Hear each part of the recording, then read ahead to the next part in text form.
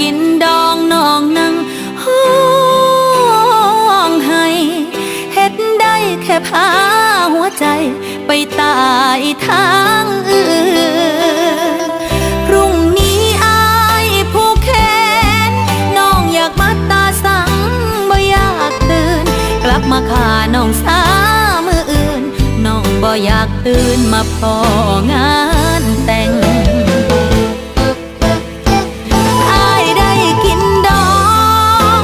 น้องอยากกินยาตายลบคำสัญญาจากใจว่าหักน้องหลายอายจำได้บ่อยากสิถามว่าเป็นหยังอายคือทิ่มน้องได้ลงคอกลับมาฆ่าน้องก่อนได้บ่ค่อยไปกับเขา